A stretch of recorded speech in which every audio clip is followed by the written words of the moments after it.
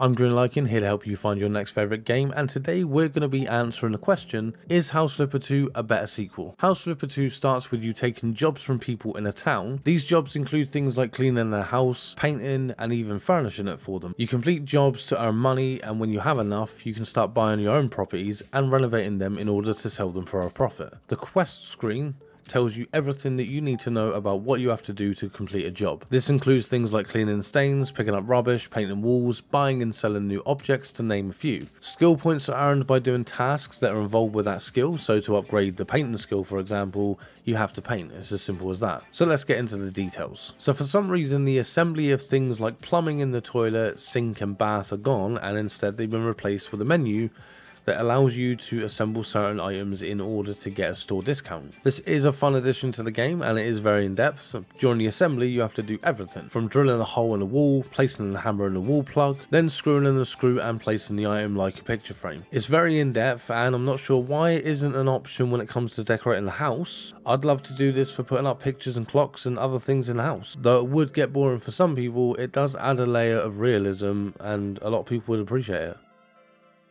When on a job, you can open the quest window in order to see what you need to buy. You can select the items from here, or you can go into the store tab and either go through the tabs or search for the item you want. Once you select it, you're actually able to customize the look of the item. This includes all sorts of things like the metal of it or the wood of it, depending on what it is. So for example, a chair for metal legs will allow you to change the metal or the type of metal that the legs are made from, as well as actually allow you to change the pattern of the wood or the type of wood, or even just put a pattern on it as if it's a cushion. You then buy it and then rotate it and place it. You can use grid snap mode to place the items on the grid, or you can use precision mode to put them down exactly where you want them to be. When it comes to selling, you have a flipper tool and you just press a button and that's it. The item's sold. But in the skill section, it allows you to use the flipper tool to duplicate items or copy its style. Duplication makes it easy to grab multiple of the same thing instead of going into the store. And copying the style allows you to quickly change other items to match the decor so that your sofas and chairs can all fit in with the same style you're going for. This means you don't have to keep going into the customization of each and every item and doing it individually.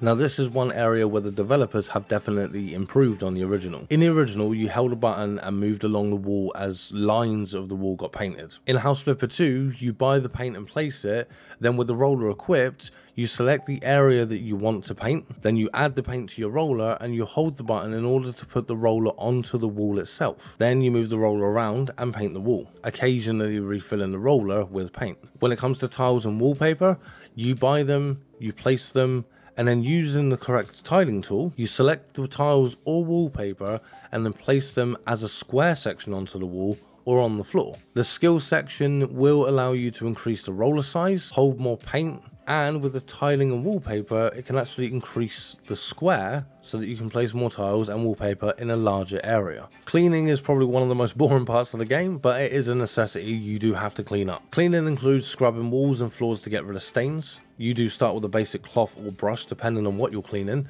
You basically walk around, look at the mess, hold the button and clean it. Cleaning windows is done in a similar way to painting, where you hold the button, you move around with a squeegee and you clean the window until the dirt's gone. You also have a trash bag that allows you to pick up rubbish, and when the bag gets full, you tie it up and you drop it on the floor so you can pick it up again and then take it outside to the bin. You can also throw it if you prefer to save yourself from walking, assuming you have any sort of accuracy. You can also press a button to use flipper vision in order to see anything that you might have missed. This will allow you to see dirt in areas that you've missed or little tiny bits that you might not have fully cleaned up, and it means you don't have to wander around the house trying to figure out where the heck the dirt is. There is also a vacuum that picks up debris.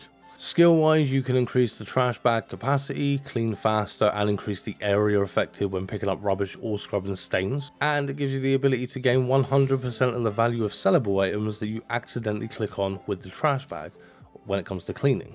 If you are still watching and presumably enjoying my video, then you should get down there and hit the like button. You also have the ability to hit the subscribe button, which will also allow you to press the notification bell so that you can keep up to date with all my future videos and reviews. Then you can get down in the comments and let me know what you think of the game. The game is lacking any sort of gardening like the first game had with its DLC, with a small selection of things that you can place and you could place into the garden, but not the ability to cut grass or do any actual gardening. I have to assume that they're doing an EA and they're waiting until the game dies down and then they release and charge us for a garden DLC.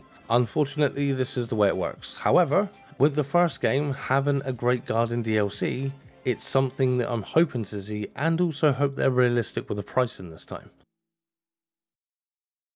House Flipper 2 is a huge improvement over the House Flipper base game. It's more involved, fun and better to play, but it does lack the installation parts of the first game that actually dumbs down the gameplay because of it. Things like installing toilets and showers and doing the plumbing and putting things together when you're in the house itself. And with the lack of gardening on top of that, I'm going to have to give this game an 8 out of 10, as it is a fun game to play, and if you like renovations and interior design, then this might be your next favourite game. But if you don't prefer that, and you prefer things like blacksmithing or co-op survival horror games, check out my video While the Iron's Hot on the left, or check out Lethal Company on the right. Also hit the like and subscribe buttons and turn on notifications so you can keep up to date with my future videos and new reviews as I release them. I've been GreenLycan, and I'll see you in the next one.